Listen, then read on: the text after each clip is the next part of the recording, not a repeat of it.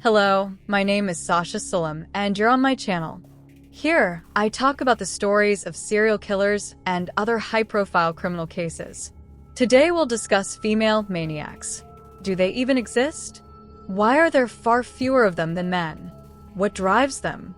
And we'll take a close look at the case of Maria Petrova, who is considered perhaps the only female maniac in the history of modern Russian criminology. Why was she called a male-type killer? Why did she hunt men? And why wasn't Petrova sent to prison? We'll answer all these questions together with senior operative Dmitry Mironov, who investigated Petrova's case, and clinical psychologist Evgenia Smolenskaya. In early March 2002, at a bus stop near the Shalom Theater on Varshavskoe Highway, a 20-year-old man was killed. Paramedics found him with a severed carotid artery. The crime seemed highly unusual because there were no signs of robbery or assault. There was a single wound, a cut to the throat, with massive blood loss, and the perpetrator left immediately. No items were taken, no pockets searched, no body moved. Eyewitnesses, who at first didn't realize a murder was happening in front of them, later told police the attacker briefly returned to the bleeding man a few minutes later. Since it was dark and the attacker was at a distance, descriptions were vague, but several witnesses recalled seeing a person in a dark tracksuit and a dark hat. A month later, in the same area near Varshavskoe Highway on Sivishskaya Street, another murder occurred with a similar modus operandi. A man bled out from a neck wound. His money and documents were left untouched. This time, however, the victim was an older man, a pensioner. All the crimes happened in the southwestern district of Moscow, in the same cluster of neighborhoods, always at night or in the evening. The killer would attack from behind, a person in a tracksuit and a hat. Soon, the crimes in Zayuzino were combined into a single case, and a joint investigative task force from the Moscow Criminal Investigation Department was assigned. For several weeks, detectives questioned witnesses, mapped out the killer's possible routes, and checked ex-convicts who had served time for similar offenses. At first, the search focused on a young, athletic man, possibly with homosexual tendencies, as the victims were all male. They also considered versions involving nationalistic motives, skinheads, and so on. No one seriously suspected a young woman. On April 20th, the next attack occurred on Odessa Street. The victim, also over 60, survived a neck wound. In the following weeks, there were at least 2 more attempted murders. 3 surviving victims testified that they were attacked not by a man, but by a woman. Could the investigators fully trust these men, still in shock? The idea that it might be a young woman came from witness accounts. Despite the athletic build, the tracksuit, and the hat, adults reported noticing something feminine in the face. When someone insists it was a girl, it's hard to dismiss entirely, even though a woman committing such crimes seems unbelievable. And eventually, this version was accepted. It's great that turning to psychologists is now considered normal, although many still forget that psychologists have different specialties, and it's important to pick the right one. A wrongly chosen specialist can only make things worse. That's why the online service UTalk offers a free psychologist matching service. The platform was created by clinical psychologists who understand that even strong people sometimes need help, and finding a poorly matched therapist is costly both in time and mental health. The matching process takes about 30 minutes. A consultant asks clarifying questions about your state, concerns, and preferences, and selects a suitable specialist from their database. And it's completely free. UTalk therapists work in over 30 therapy areas, so you'll definitely find someone appropriate. By the way, every specialist is verified for higher education, supervision, personal therapy, and ethics. All information is publicly available. Follow the link in the description and leave a request for a therapist. Use promo code SULIM for a 20% discount on your first individual session. The idea that a woman committed these crimes only complicated the investigation. Her motive was unclear. She operated in public places with dozens of witnesses. She didn't take money or documents and wasn't acquainted with the victims. All clues indicated that the killer behaved like a male-type murderer, a knife-wielding street predator targeting strangers, a pattern far more typical of male serial killers. But can the term maniac even be applied to a woman? Female serial killers do exist, but there are far fewer of them, and their motives and crime patterns are quite different. They often don't fit the classic image of a maniac driven by sex or sadism. If you take 100% of serial killers, women make up at most 5 to 7%. Among female serial killers, sexual motives are almost non-existent. In contrast, one of the defining traits of male serial killers is a sexual motive. Though not all of them rape or derive sexual release from their crimes, psychiatrists note that most have various sexual deviations or fixations, becoming aroused by situations or objects considered atypical by most people. Female serial killers, however, almost never display such paraphilias. They rarely derive sexual pleasure from their murders. Why this is so, no one knows for sure. Some speculate that men, when psychologically broken, tend to lose control more catastrophically. Sexuality is often a bigger part of male identity than female, and women usually express themselves in nurturing, caregiving roles as mothers, wives, etc. Accordingly, female serial crimes are usually linked to this area of self-actualization and identity. Before returning to the Zayuzino case, let's look at historical examples from Soviet and post-Soviet criminal history. What motives drove women who committed serial killings? The overwhelming leader is financial gain. These are women who killed for insurance, property, or simply to eliminate people obstructing their personal goals. Accordingly, their crime pattern is also very different from male serial killers. Their main methods: poisoning and suffocation. Brutal, violent murders are extremely rare. They're pragmatic, eliminating victims discreetly to avoid suspicion and continue their plans. In official classifications, this motive is termed hedonistic, for personal comfort. These women are nicknamed Black Widows. One such killer was Tamara Ivanutina. She was born in 1941 in Tula, in a large family crammed into a small communal apartment. Her parents, Anton and Maria Maslenko, devised what they thought was a foolproof way to get rid of people who annoyed them. Their first victim was a neighbor who made noise. Maria gave him poison pastries laced with a toxic solution called Clarici solution, typically used by geologists to test mineral density. In humans, it causes severe poisoning and death. The neighbor died. The same fate awaited two other women, one for scolding them about a dirty restroom, another for commenting on Maria's health. Anton poisoned one woman's glass of moonshine to toast her recovery. After school, Tamara married a truck driver who earned well and owned a two-room apartment. Moving in, Tamara brought along a vial of Clarici solution from her parents' house and secretly began adding small doses to her husband's food. She knew it would accumulate and kill slowly. After a trip, the husband returned nearly bald and complaining of weakness and leg pain. He died soon after. The cause was declared a heart attack. In 1983, Tamara sold the apartment and moved to Kiev, remarrying and taking her new husband's last name, Ivanutina. Her new in-laws owned a country house, where Tamara dreamed of starting a pig farm. Her father and mother-in-law died 2 days apart, both after suffering severe leg pain and numbness. Tamara then took a job as a dishwasher at a school cafeteria. There, she continued poisoning people. Her first victims were 2 boys who took leftover food for their dog. Then the school party organizer and a dietitian, both of whom had criticized Tamara's work, fell ill and died. Within weeks, 2 more students and 2 adults died from similar mysterious symptoms. An investigation linked all cases to meals eaten after regular hours. When police summoned the dietitian, they learned she had died of the same unknown illness a month earlier. An exhumation revealed thallium in her body. Attention turned to Tamara Ivanutina, whose strange behavior around investigators raised suspicions. A search of her home uncovered a vial of Clarici solution in a sewing cabinet.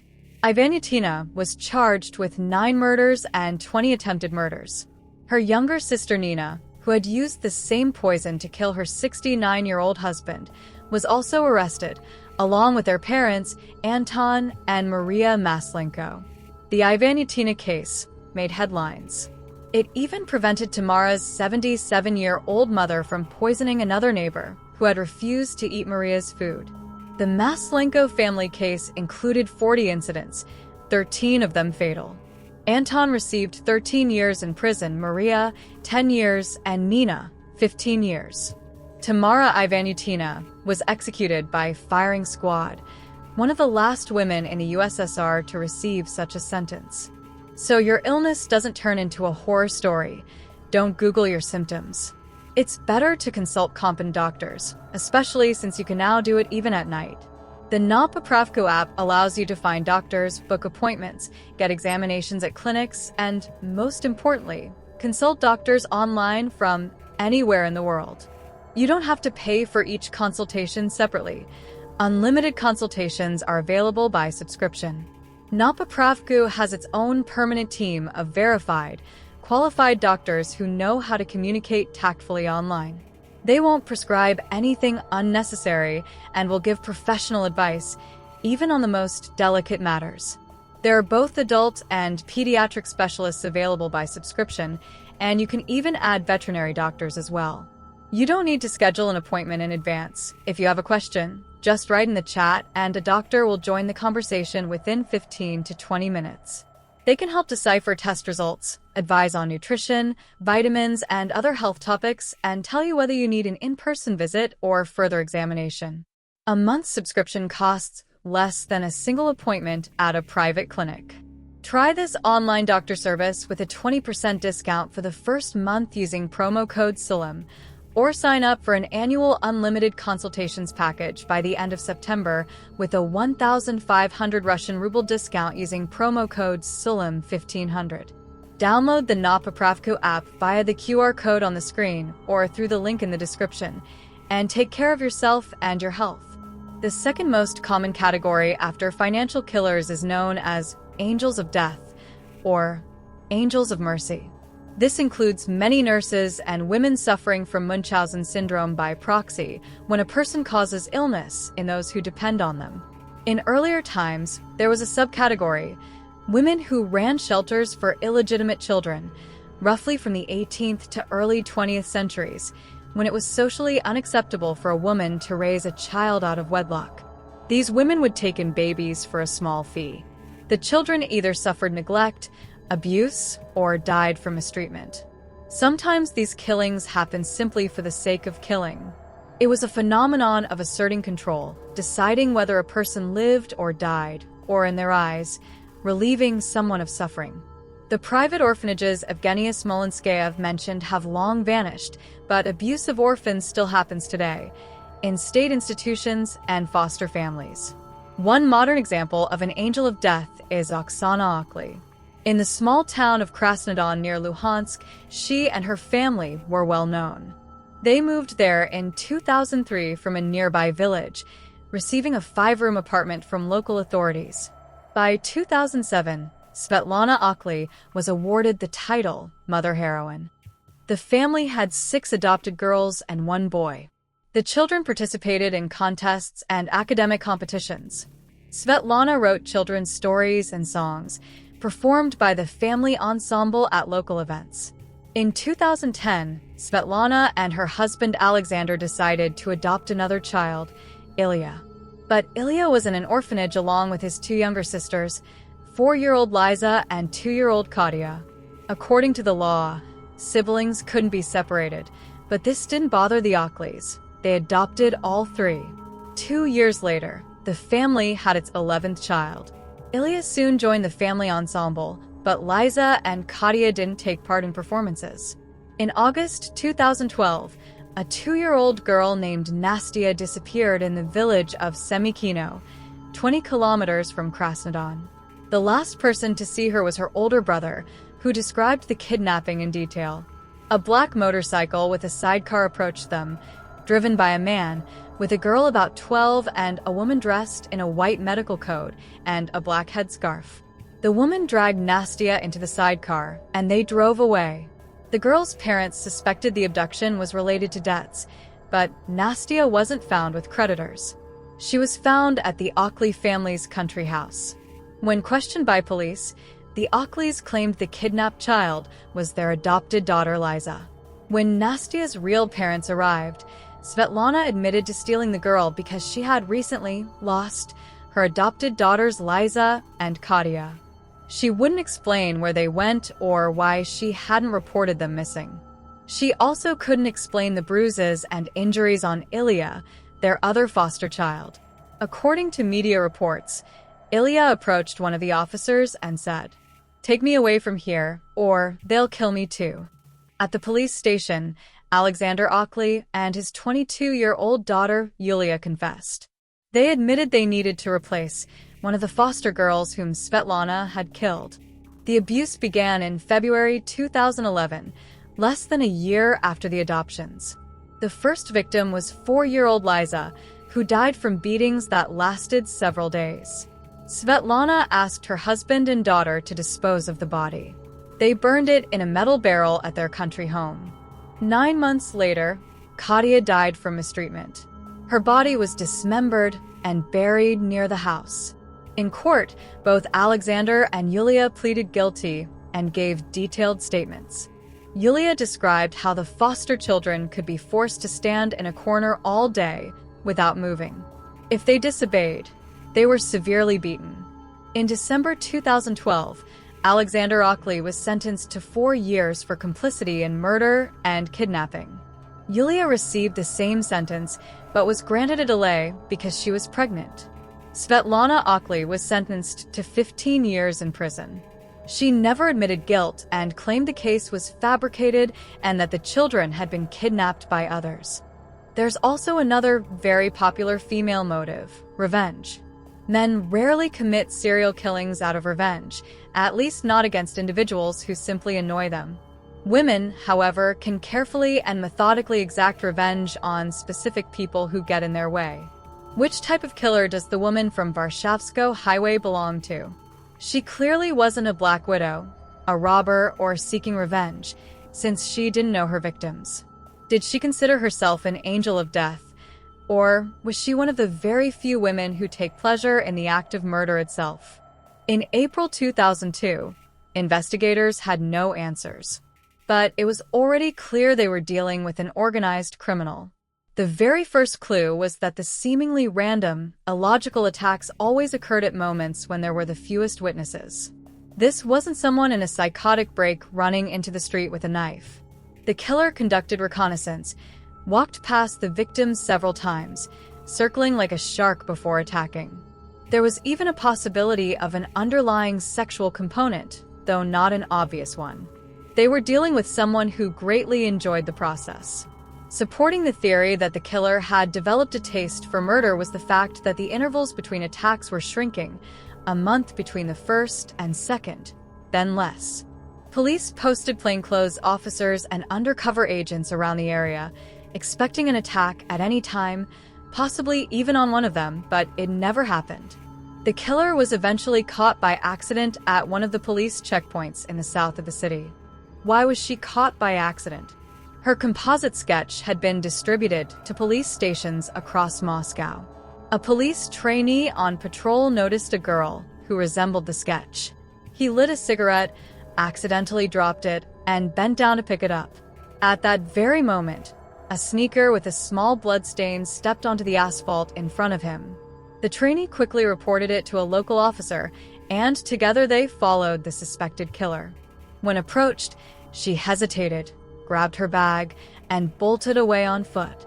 Nikolai Antipov and his partner tracked down which apartment the girl lived in, returned to their post, and reported the information to their superiors. One of the officers were called. She had those eyes, when you meet a rabid dog or a wolf, not just wide, but like bloodshot. I was so scared, not even for myself, but for the guy next to me, who was Maria Petrova. The suspect turned out to be 24-year-old Maria Petrova, a physical education teacher.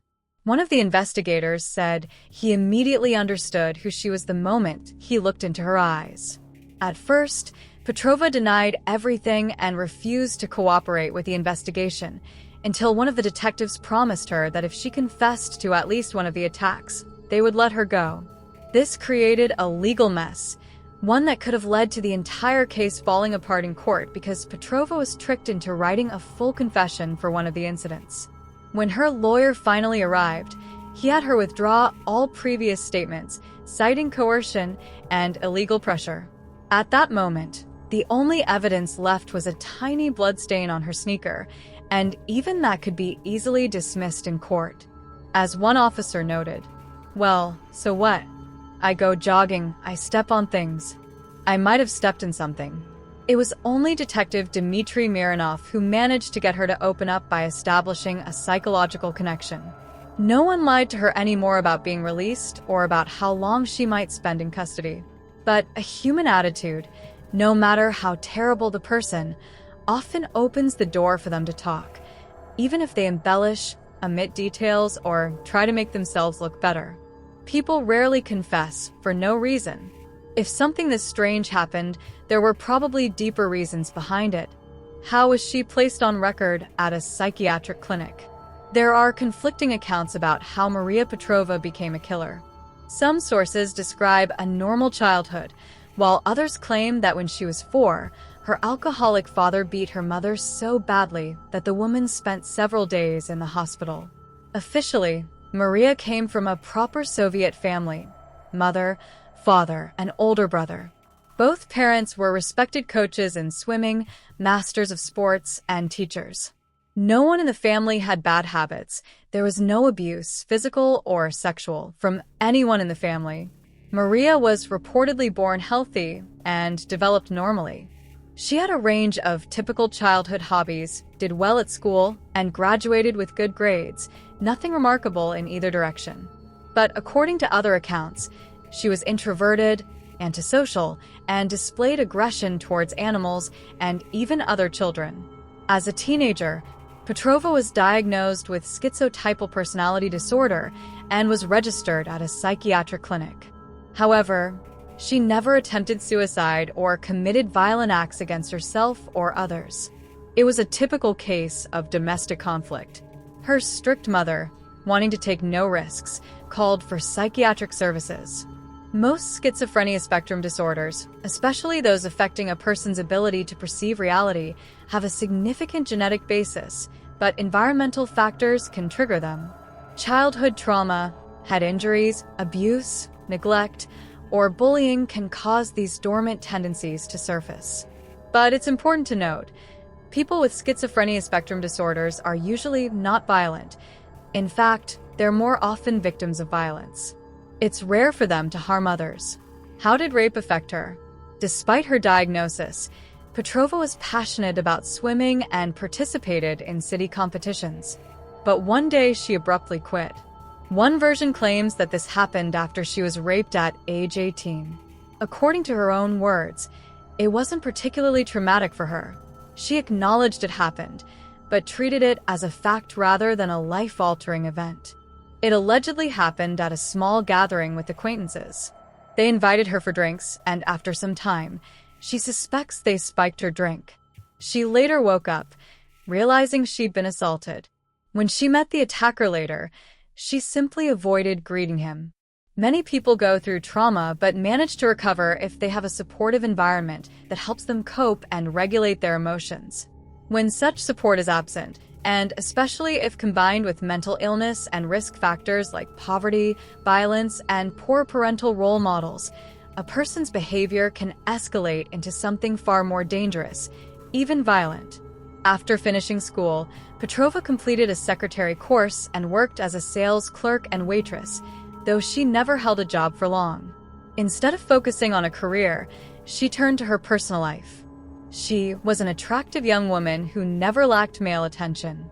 At around 20, she began to actively express her sexuality, wearing miniskirts, emphasizing her figure with makeup and bold outfits, going to clubs with friends in central Moscow, partying, and socializing with men. Her parents disapproved of her lifestyle, and their relationship reached a breaking point when Maria. Why did Petrova's parents want to have her committed to a psychiatric hospital? She told them she was pregnant.